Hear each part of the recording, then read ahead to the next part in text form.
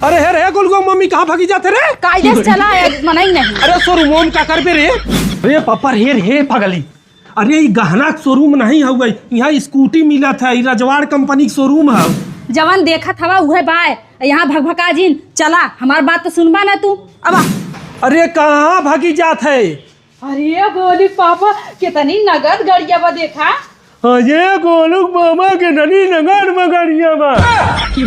जना ऐसा लगा तो तुम्हें फ्री में दे ही गाड़िया। चल चुमर की नदी गाड़ू फ्री में न दई है, पैसा दई है, लेकिन बहुत कम पैसा लागे यहाँ।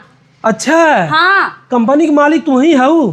चलो चुमर चल। हम लाइक जाब जाना कि ना बिना ले गाड़ी हम जाब नहीं। अरे भैया पता काहे झगड़ा के याद किया का बात हमें बतावत जा। ए भैया तो ही समझावा इनका जाना कि ना। अरे भैया तू सब चिंता जिन करत जाए, हमसे बनाई था बहुत सस्ते में दे था, तू खाली इनका दिवावा लाई झगड़ा जिन करा। अरे यार भैया हमारे पास नहीं ना भैया 50-60 हजार ना। अरे भैया कहाँ 50-60 हजार मांगते, हम तो 30-32 हजार मांगा था। इधर लेके जा वह न हो तो हम 5-10 हजार लेके जा लोन करवा दे थे। अरे भैया तब ती जिद्दियाना ही बा। गोलू पापा और सुना खास बात, ये एजेंसी ना आई ने, ये कंपनी है, कंपनी यहाँ गाड़ी बना ला। अच्छा। भैया समझावा इनका। हाँ भैया ये ढेर ले जा, चाहे सिंगल पीस ले जा, चाहे जितना ले जा। यहाँ बैटरियो बना था। हाँ भैया बैटरियो बना था, स्कूटियो बना था। स्कूटियो बना था, कुल बना था ये। अरे यार भैया लेकिन पैसा तो ना है ना 30-35। कितना बाटे भैया तोरे लगे?